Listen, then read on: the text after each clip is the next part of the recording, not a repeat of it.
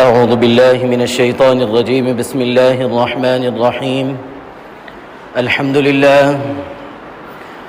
لله وحده، والصلاة والسلام على من لا نبي بعده ولا رسول بعده ولا معصوم بعده ولا أمة بعد أمتي ولا کتاب بعد کتابی اما بعد.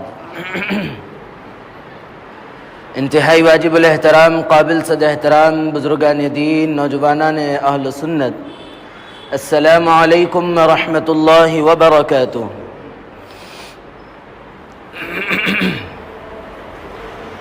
گزشتہ ایک موضوع شروع ہوا کہ اگر کوئی شخص یہ چاہتا ہے کہ جنت میں جائے تو اس کے لیے جناب نبی کریم علیہ الصلاۃ نے کچھ تعلیمات دی.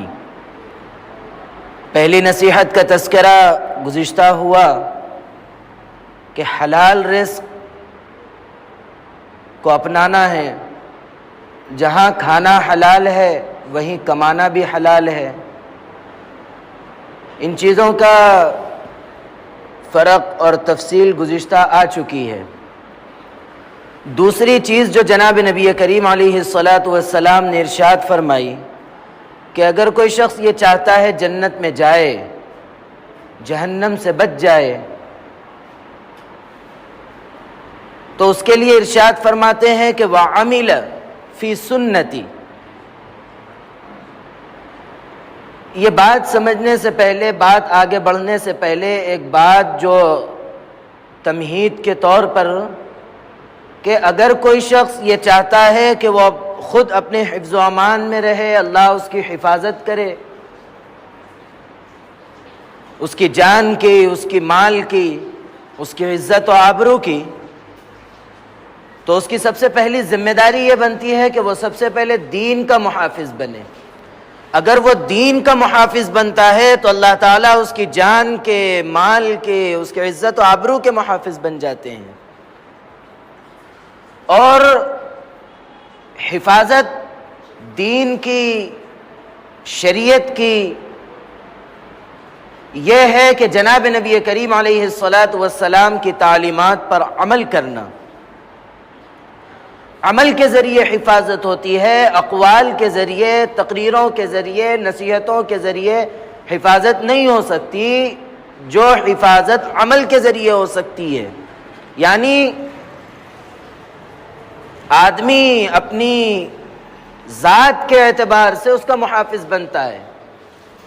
جیسا کہ کوئی آدمی اگر پورا شرعی اعتبار سے ہے، اس کا چہرہ بھی، اس کا لباس بھی، اس کا انداز گفتگو بھی، تو وہ ایک طرف جہاں ایک انسان کی حیثیت سے جانا جاتا ہے، وہیں ایک سچا مسلمان کی حیثیت سے بھی جانا جاتا ہے.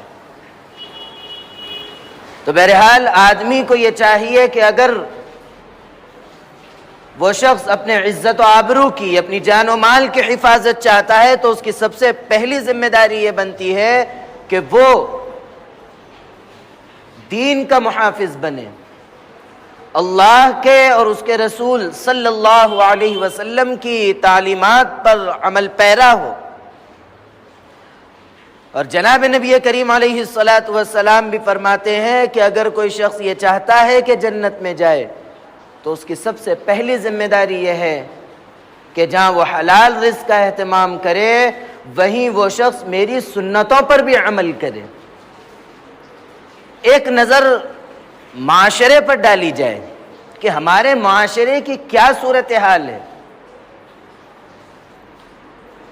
ہم میں سے ہر شخص کی زبان سے یہ چیز ظاہر ہوتی ہے کہ ہم جناب نبی کریم علیہ الصلاۃ سے محبت میں کوئی کسر نہیں چھوڑتے.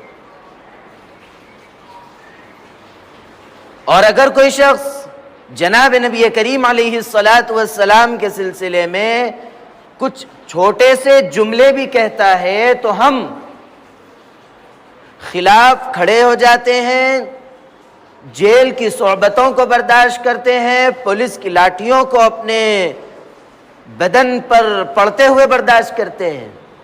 اور پھر صرف اتنا ہی نہیں، اگر ضرورت پڑتی ہے تو ہم اپنے سر اور سینے پر گولی بھی برداشت کرتے ہیں، وہ صرف اس لیے کہ جناب نبی کریم علیہ الصلاۃ والسلام کے سلسلے میں یہ خبیث اور یہ ملعون نازیبہ کلمات کہہ رہا ہے۔ یہ ہماری محبت ہے، یہ ہمارے جذبات ہے۔ لیکن ایک بات یہ ذہن میں رکھنے کی ہے کہ اس کے اندر یہ جرأت ہوئی کیسے ہے۔ ہمارے تعلیمات، ہم جناب نبی کریم علیہ الصلاۃ والسلام کے تعلیمات کو چھوڑنے کی وجہ سے ہوئی ہے، اور ہماری ایمانی غیرت مر جانے کی وجہ سے ہوئی ہے۔ آپ مثال سمجھیے کہ کوئی شخص ہندو مذہب کے اندر کوئی بھی خدا ہونے کا یا فلاں فلاں کوئی ان کے مذہبی جن سے شعار جڑا ہوا ہے، جس سے مذہب کی پہچان ہے، اس کا دعویٰ نہیں کرتا۔ آپ یہودیوں پر نظر ڈالیے، کوئی یہودی حضرت موسیٰ علیہ نبینا علیہ الصلاۃ والسلام کے ہونے کا یا ان کے بعد نبی ہونے کا دعویٰ نہیں کرتا۔ ان کے پاس ان کی مذہبی غیرت موجود ہے۔ عیسائیوں میں دیکھیے کہ کوئی شخص عیسیٰ علیہ نبینا علیہ الصلاۃ والسلام کے بعد بھیجا ہوا میں نبی ہوں، کوئی نہیں کہتا۔ حالانکہ ان دو نبیوں نے یہ نہیں کہا کہ انا خاتم النبی، نہیں کہا میں آخری نبی ہوں، کوئی نہیں کہا۔ میرے بعد نبیوں کا سلسلہ چلنے والا ہے۔ حضرت عیسیٰ علیہ الصلاۃ والسلام نے تو بشارت دی کہ میرے بعد ایک نبی آنے والے ہیں، ان کا نام احمد ہوگا۔ تب بھی عیسائیوں کی غیرت نے، ان کی مذہبی غیرت نے کسی بھی عیسائی کو یہ جرأت نہیں دی کہ وہ اپنے نبی کے بعد نبی ہونے کا دعویٰ کرے۔ یہ جرأت نہیں ہے، یہ ہمت نہیں ہے۔ اگر کوئی ہمت کرتا ہے تو وہ مذاہب کے لوگ اس کا فی الفور خاتمہ کر دیتے ہیں۔ وجہ اس کی یہ ہے کہ ان کے اندر مذہبی غیرت ہے۔ مذہب پر انگلی اٹھتی ہے، نبی پر انگلی اٹھتی ہے تو وہ لوگ بالکل برداشت نہیں کرتے۔ کوئی بھی مذہبی آدمی اپنے مذہبی لوگوں پر انگلی اٹھنے کو برداشت نہیں کرتا۔ وہی بالمقابل مسلمانوں کی غیرت کا اندازہ لگائیے کہ کوئی شخص بند کمرے میں چھپا ہوا چند دعوے کر دیتا ہے تو اس کے پیچھے ایک جماعت چلی جاتی ہے۔ کوئی مہدی ہونے کا دعویٰ کر رہا ہے، کوئی کچھ دعویٰ کر رہا ہے، کوئی کچھ دعویٰ کر رہا ہے۔ ہمارے مسلمانوں کی غیرت یہ ہے کہ اس کے پیچھے چلے جاتے ہیں۔ اور پھر جو لوگ اس بے غیرتی کا مظاہرہ کرتے ہیں، دوسرے کسی شخص کو مان کر، ہماری قوم اس کا سہارا بھی بنتی ہے۔ یہ ہماری غیرت کے مر جانے کی واضح اور کھلی دلیل ہے۔ آج تنظیموں کو یہ محنت کرنا پڑ رہا ہے کہ دیکھو فلاں آدمی غلط ہے، اس کے یہ جھوٹے نظریات ہیں، یہ جھوٹی بات کہتا ہے، یہ جھوٹ بولتا ہے وہ۔ اور پھر صرف اتنا ہی نہیں بلکہ بعض علاقوں کے اندر یہ محنت کرنا پڑتا ہے کہ وہ پیسوں کے اعتبار سے ان کی مدد کرنا پڑتا ہے، ورنہ وہ مذہب تبدیل کرنے پہ بیٹھے ہوئے رہتے ہیں۔ آج ہم تو شہر میں رہتے ہیں، اللہ کے فضل و کرم سے کوئی تنگی ترشی کے واقعات ہم نہیں دیکھتے۔ یہ اللہ کا بہت بڑا احسان ہے، اللہ کا شکر ادا کرنے کا مقام ہے۔ لیکن ان علاقوں میں دیکھیے جن علاقوں میں مسلمان تنگی ترشی کی زندگی گزار رہا ہے، ان علاقوں میں مسلمان جو پیسے کے اعتبار سے مضبوط ہے، اس کا پیسہ اگر برباد ہوتا ہے تو وہ شادیوں میں برباد ہوتا ہے، اس کی دعوتوں میں برباد ہوتا ہے۔ آج جو صورتحال ہے وہ یہاں تک پہنچ چکی ہے کہ شادی میں فضول خرچی صرف ہو رہی ہے یہ نہیں کہہ سکتے، بلکہ بات یہاں تک ہو چکی ہے کہ یوم پیدائش کے عنوان پر بھی ایسی ایسی خرافات اور ایسی ایسی بدتمیزیاں ہوتی ہے جس کا اندازہ لگانا مشکل تھا۔ یہ کوئی مذہب سے دور لوگوں کا تذکرہ میں نہیں کر رہا، بلکہ میں ان گھرانوں کا تذکرہ کر رہا ہوں جن گھرانے کے لوگ مرد مسجد کے پہلے صف کے مصلی نظر آتے ہیں، 5 وقتہ نمازی نظر آتے ہیں، ان کی گھر کی عورتیں، یہ صورتحال ہے کہ وہ اگر کہیں اجتماع ہوتا ہے دینی تو وہ اس میں برابر شرکت بھی کرتے ہیں۔ یہ ان گھرانوں کا تذکرہ کر رہا ہوں میں، یہ صورتحال ہے کہ صرف چھوٹی سی بچی کا یوم پیدائش کے طور پر ایسی ایسی عیاشیاں اور ایسی ایسی فضول خرچیاں کی گئی کہ جس کا اندازہ نہیں لگایا جا سکتا، جس کو یہاں تذکرہ بھی نہیں کیا جا سکتا۔ اور اسی صورتحال کا اگر ہم تذکرہ کرتے ہیں کہ آپ یہ جو عمل کر رہے ہیں یہ صحیح نہیں ہے، تو وہ پلٹ کر یہ کہتے ہیں کہ بچوں کی خوشی میں کر رہے ہیں۔ آپ یہ آنے والی نسل کو جو غلط ماحول دے رہے ہیں، ان کی تربیت کا جو بگاڑ کا سبب بن رہی ہے، اب یہ آگے چل کر یہ اولاد آپ کے لیے یاد رکھیے، تجربے کی بات بتا رہا ہوں کہ یہ اولاد آپ کی بیماری کی فکر نہیں کرے گی، اپنی عیاشی کی اور عیاری کی فکر کرے گی۔ صورتحال ہے۔ اور ایک گھرانہ وہ بھی ہے جس گھر میں ایک چھوٹی سی چیز لینی ہو تو ای ایم آئی پہ لیتے ہیں۔ آج ہمارے پاس عام رواج ہو گیا ای ایم آئی کا، ای ایم آئی پہ لیتے ہیں۔ ایک اور کہاں تک پہنچ گئی ان کی غیرت، ٹی وی خریدتے ہیں جس کے اندر ایسے ایسے نظارے دیکھتے ہیں جو نہ دیکھنے کے ہیں، ان نظاروں کے لیے ای ایم آئی پہ ٹی وی خرید رہے ہیں۔ اور کون کون؟ سب مل کر، ماں بھی موجود ہے، باپ بھی موجود ہے اور اس کی اولاد بھی موجود ہے۔ ایسے بے شرم و بے حیا مناظر دیکھنے کے بعد اپنی اولاد سے حیا کی امید کیسے رکھ رہے ہیں؟ آج جو واقعات جو سامنے آ رہے ہیں، عمر کتنی ہے؟ پرسوں آپ نے اخبار میں کیا نہیں پڑھی؟ لڑکے کی عمر 10 سال ہے، لڑکی کی عمر 7 یا 8 سال ہے، اس لڑکی کا جنسی استحصال ہو گیا۔ کیا منصف کے ویب سائٹ پہ کیا نہیں آئی یہ خبر؟ آپ نے خود پڑھی ہوگی۔ یہ معاشرہ اس حد تک بے حیا کیوں ہوا؟ اس کا ذمہ دار کون ہے؟ ہم یہ ذمہ داری کس پر ڈالیں؟ اس کی بنیاد اور اس کی اہم وجہ صرف اور صرف یہ ہمارے معاشرے کی بدکرداریاں اور ماں باپ کی بے راہ روی نے ڈالی ہے۔ اگر یہ ماں باپ ان بچوں کے ساتھ حیا سوز معاملات نہ کیے ہوتے تو یہ بچوں میں جرأت کیسے ہوتی؟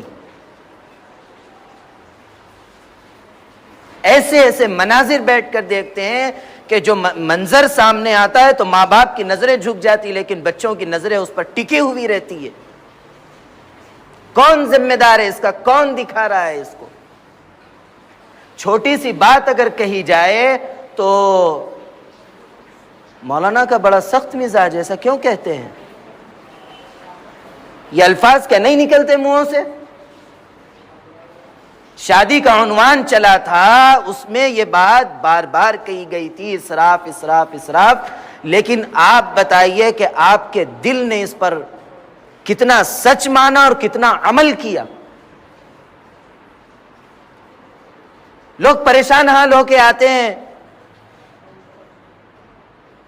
کہ ہمارے پاس پیسہ نہیں ہے، ہم کو جو ہے رسم کرنا ہے۔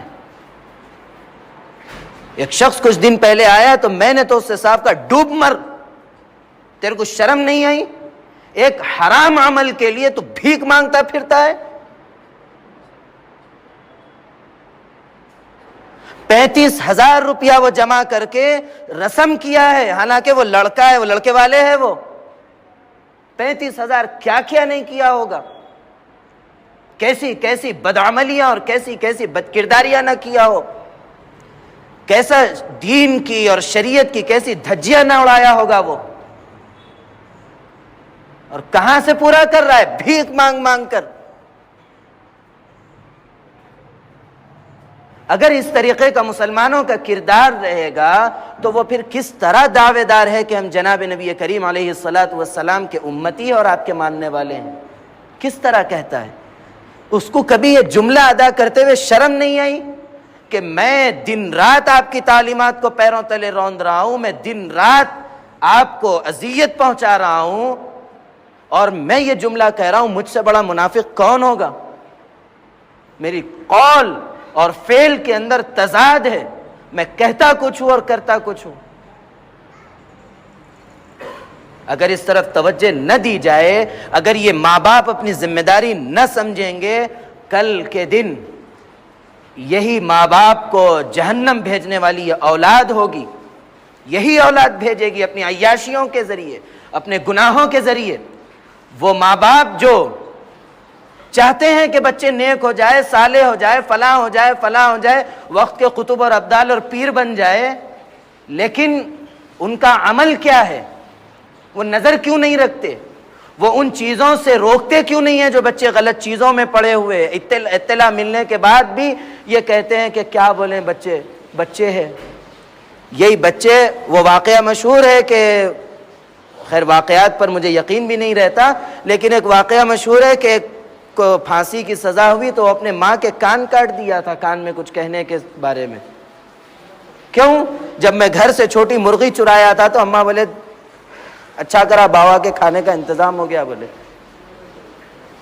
یہ ہمت افزائی کرے، نظر انداز کرے، چور ڈاکو بن گیا۔